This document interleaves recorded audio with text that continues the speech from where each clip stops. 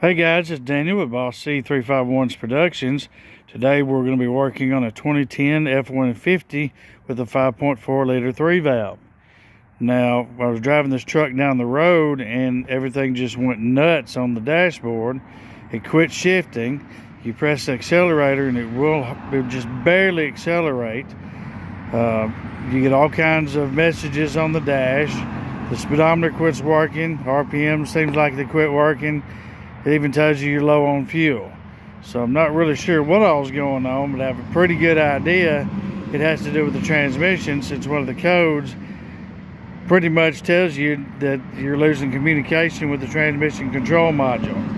So what we're going to do is raise the vehicle up. We're going to go in and check, see if we see any leaks, and we're going to check that bulkhead connector that everybody's talking about that they have trouble with. And then that one bulkhead connector can cause all kinds of problems, shorts, everything. So let's get started.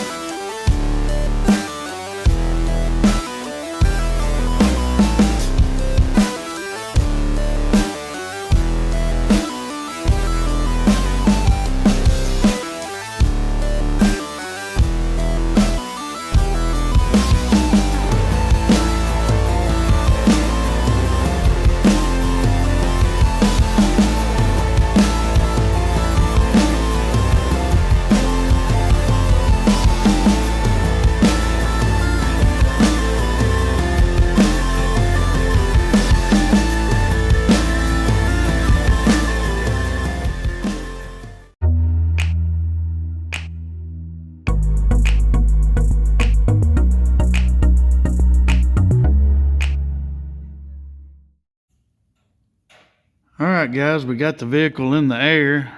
Look up under it, I don't see any leaks here. Transmission pan's dry.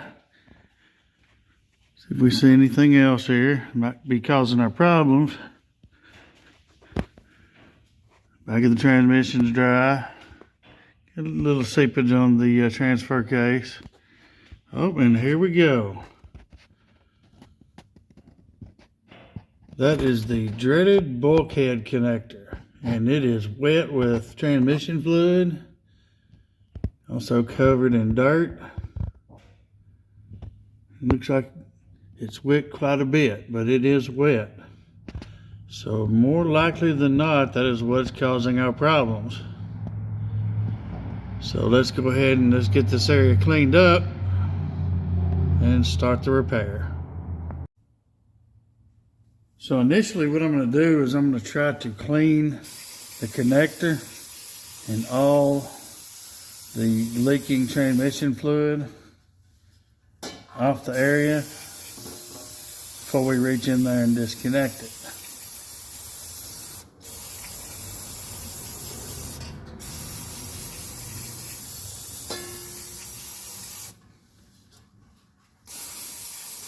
Looks like it might be caked on, so this may be off or not. Yep. I'm going to reach in and I'm going to try to disconnect the harness. Taking the tab, pushing it upward. It rotates counterclockwise and then just pull back. And yes, our harness, our connector, everything is soaking wet with transmission fluid. So the end of the harness has failed, the little seal here has failed, and that is why our transmission is going into oh crap mode while we're going down to the highway. Makes sense. So let's get some electronics cleaner and let's go ahead and clean this off really, really good. Now what I have is some CRC electronics cleaner. So I'm going to take the end of our harness with all the connections and I'm going to clean it really, really well.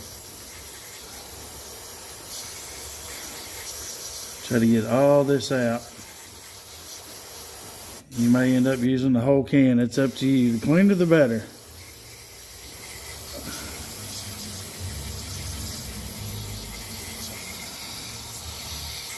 You want to try to get all that oil out, because that oil, it will transfer electronic signals, and it'll go back to doing about the same thing it was doing before if you don't get it cleaned out once you have the repair done.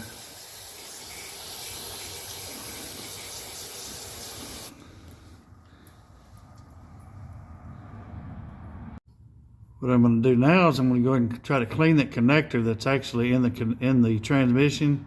See, there's multiple pins there. We're going to spray our cleaner in there and try to get as much of the transmission fluid out as we can before we drain the transmission and go ahead and pull the pan. Now I've gone ahead and I've taken this ring off of our connector. That was part of it was leaking, and cleaned on the connector where the ring resides. Make sure all the dirt and oil's gone. Then I cleaned the ring up itself. It's a weather pack ring. One side of it's thinner than the other side. So when we put the ring back on, it's going to go on the connector. Thick side towards the head of the connector. Thin side goes inwards towards the transmission. So while you're doing everything else, go ahead and let this drip dry. And if you want to, you can go ahead and spray it off with some air and just make sure everything is dry before you put it back together. Now next, we want to go to the front passenger side of our transmission, and what you'll find is a cap. This cap covers the dipstick and also doubles as the fill for transmission fluid when you add transmission fluid to the transmission. So what you want to do is put your wrench on there, loosen it off, go ahead and unscrew the cap.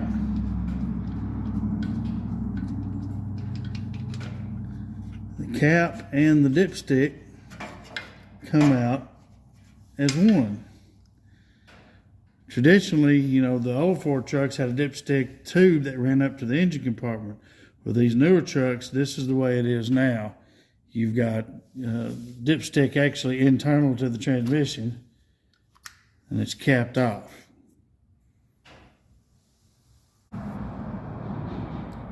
To make life easier on filling and draining fluids on a vehicle, I went ahead and invested in this Vampire from Built Tools. Now I found this on Amazon. I'll put a link down in the description so you can go get your own. It was relatively cheap, but it not only vacuums out the fluid and you can measure how much fluid you're taking out, it also doubles as it has the ability to fill fluid. So once we drain everything out, then we go through, clean out the jug, clean the hoses, and then we can fill the transmission with the exact same amount of fluid that we took out.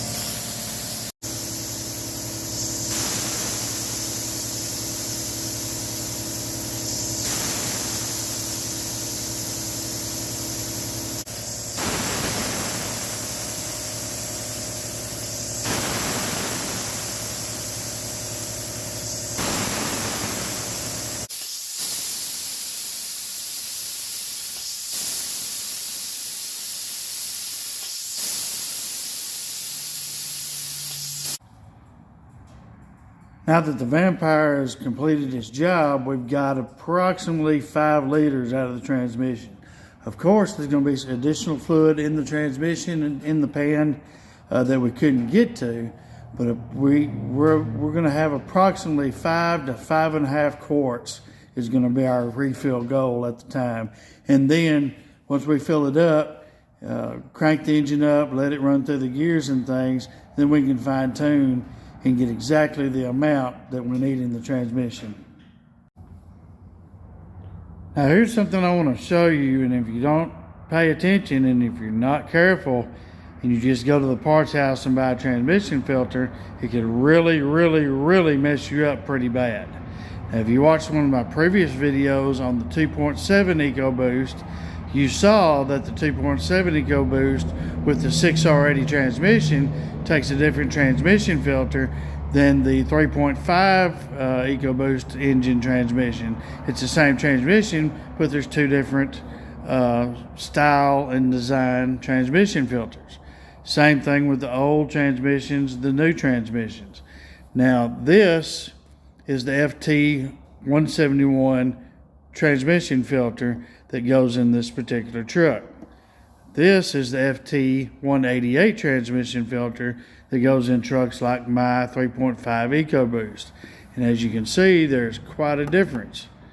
And if you put the wrong one in there, then it's not going to pick up the transmission fluid like it's supposed to, and you're going to have a world of hurt come down on you. You could even burn up your transmission if you're not careful.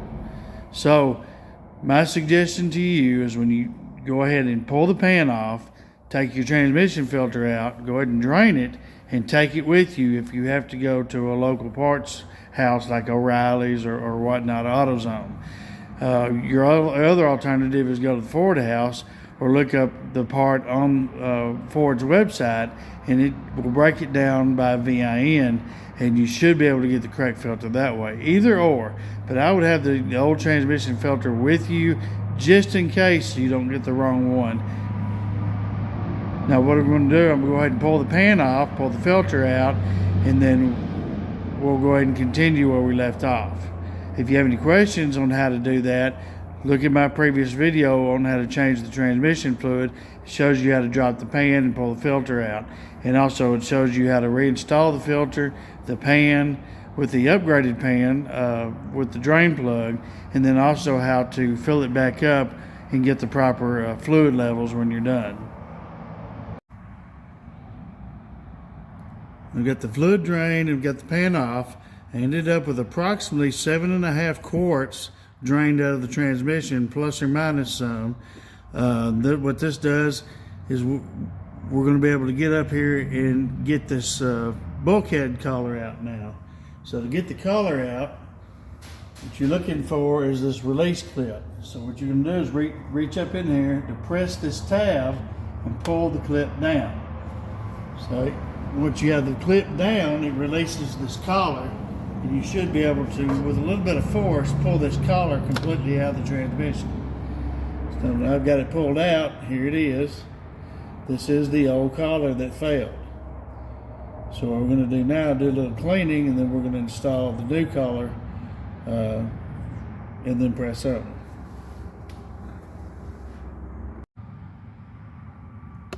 Now that we have the collar out, we want to reach in there with our finger, not touching the pins, and make sure there's no dirt or grime in there where the collar seats. If there is, go just slowly wipe it out with your finger carefully. You may get a shop rag and reach in there. Just try your best not to touch the pins. If you touch the pins, you take a chance on a static discharge, which in turn could destroy some of the electronics in your transmission. So just be careful.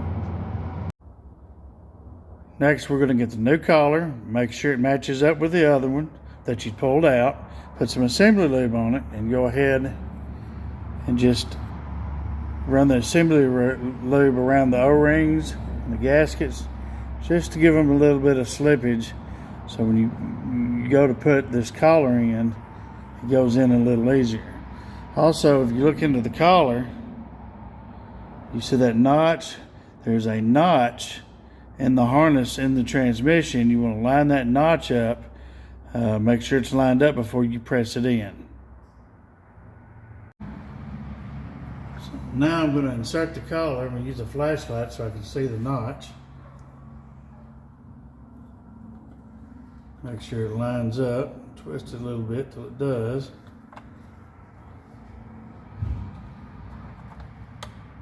Okay, got it in there.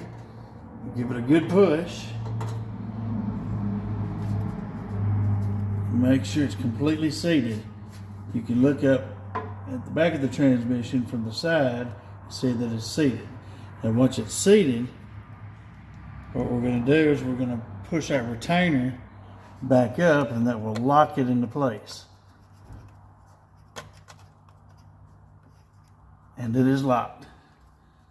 So pull on it and it's not moving. Now we got our collar installed. Now we're going to take our clean harness gasket and we're going to put it back on carefully with the thick side in.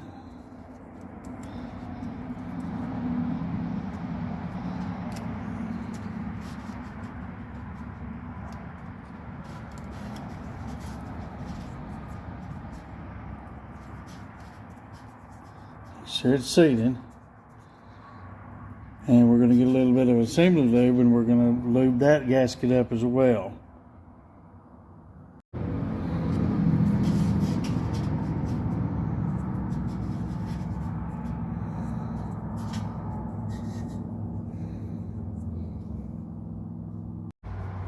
Now we're going to insert our harness back in the connector. Kind of twist it a little bit. Once it goes in, you'll feel it. You don't have to push it or anything. There it goes. It went right in. Now you're going to take your tab here and you're going to push it down until it locks. And that is the lock position. Look from back here. That is the lock position of the harness. So now all we have to do is put the pan back on. Fill it with fluid, road test the vehicle, make sure we have the right fluid level, and make sure we don't have any leaks, and then test and see what kind of codes we get, if any, after our repair. Here's another difference that I wanted to show you. On the right is a newer 6R80 pan off of my EcoBoost when I took it off and I changed out the pan to one with a drain plug. On the left is the 2010 6R80 transmission. Right off the bat, you can see there's a difference in the impression in the bottom of the pan. Of course, this one's deeper than this one, and that's where your filter difference is going to come in too. Now, question, can you mix and match pans with filters? Can you get the newer model filter and put on a newer model pan? Will it work? Can you put an older model pan on it with an older model filter? I do not know the answer to that. I really wouldn't try because, you know, if it doesn't work, you could also burn up your transmission if it sucks air in instead of fluid. Now what we're going to replace the pan with is a brand new Dorman unit with the drain plug. Now this, like I said, this pan is different than the pan in my other video that I put in my EcoBoost. This is a Dorman 265-899 pan. And look down in the comment section, the description section of the video, and I'll have a link to this particular pan where you can get it cheaper than you normally can anywhere else. So let's go ahead and continue. Now we're going to take our new filter. I'm not going to lube up the gasket on the filter. I found that it dry goes in and stays in better than a lubed one. Line up the filter. Now we're going to take our pan. Of course, put the magnet in the pan out of your oil pan. Get your gasket. You can reuse the original gasket as long as there's no tears or nicks or broken spots in the rubber. And we're going to reassemble it.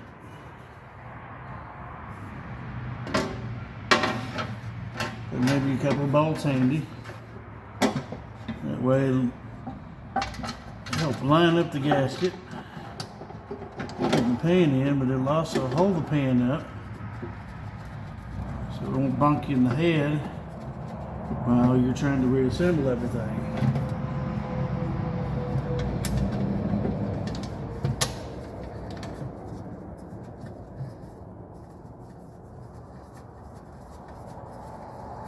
Just run them down till the head of the bolt touches the metal with the pan, and it is secure.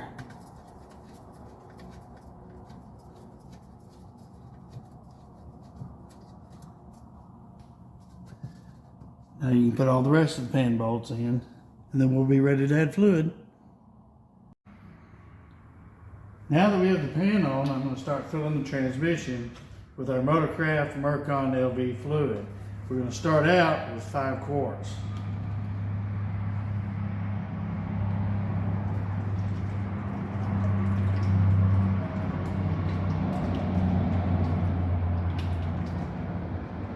Of course, if you watched one of my previous videos, I was using a hand pump. And that hand pump worked pretty good when you add 1 or 2 quarts. But when you start adding 5, 6, and 7, it was quite a pain just to pump it back and forth during the whole time. And eventually that pump did fail. It got to where it would deadlock and would not pump anymore. So this is why I've got this particular pump now.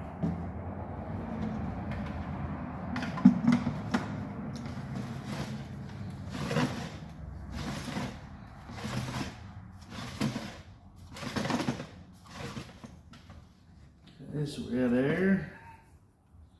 Make sure the valve is turned off.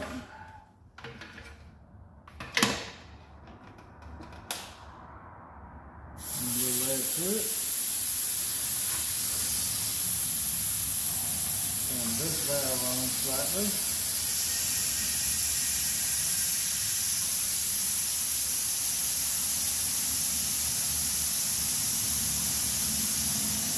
Put the tube in the transmission dipstick hole, and begin to go ahead and fill the transmission.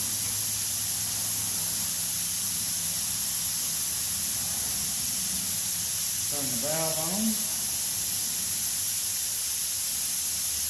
and there it goes. Oh, I got a leak.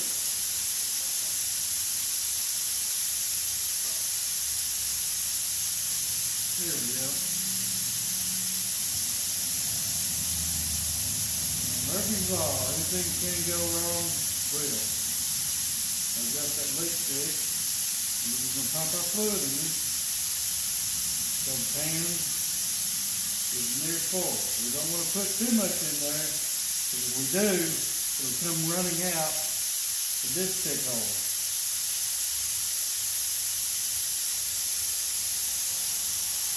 You can see the fluid level is dropping in the jug.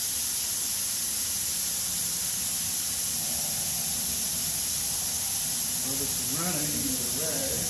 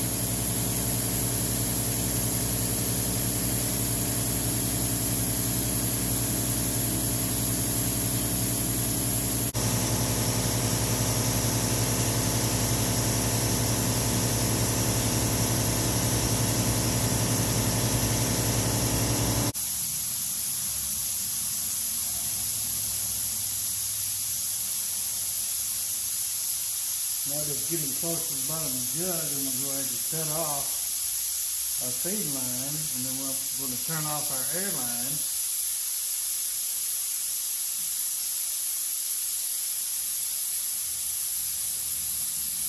then check it with the dipstick and see how much fluid we're showing.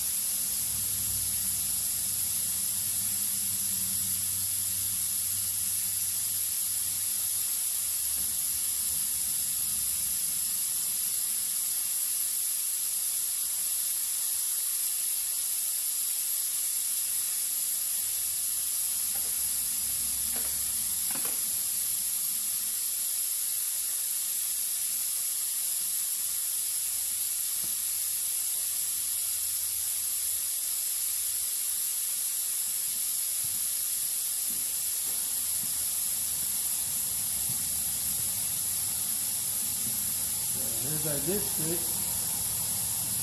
Put it in there.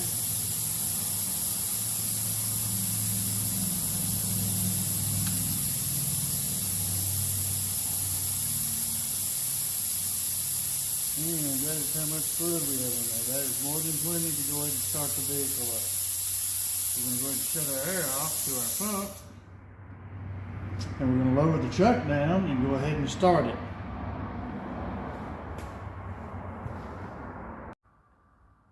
Now once I start the truck, I let it idle, leave it in park, and then let it just warm up a little bit, and then put it in reverse with the brake held down, just to make sure it's circulating fluid correctly.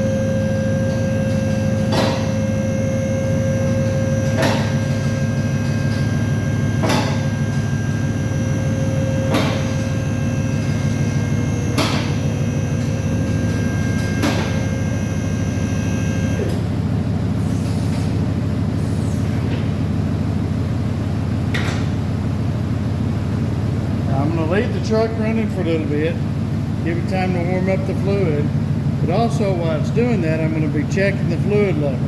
Now, like I said earlier in the video, check out my previous video on how to adjust the fluid levels just right in the transmission. It takes you through step by step what you need to do. Okay, I've gone out and road tested the vehicle. Everything seems to be repaired. No longer does everything go crazy on the dash. Usually took about a half a mile. When you got half a mile down the road, everything went nuts. But I've driven this thing now about 25 miles or so. No problems whatsoever. So it looks like that bulkhead connector, replacing it and cleaning the harness and all, fixed the problem. This is Daniel with Boss C351's Productions. I thank you for watching my videos. Please like and subscribe to my channel. Also, look in the comment section below the video, and it's going to have a lot of things listed there that I used in the video that you can get cheapest or cheaper than you can at your local parts house. Up and coming, we're going to replace the fuel filler neck on this truck because that is one of the codes that came up whenever I scanned the codes with the code scanner. Apparently it has a major leak, which is normal with some of these trucks. Also, the cars that have the capless filler system, like this truck does, it's common, and unfortunately all you can do is replace it. Again, thank you for watching my videos.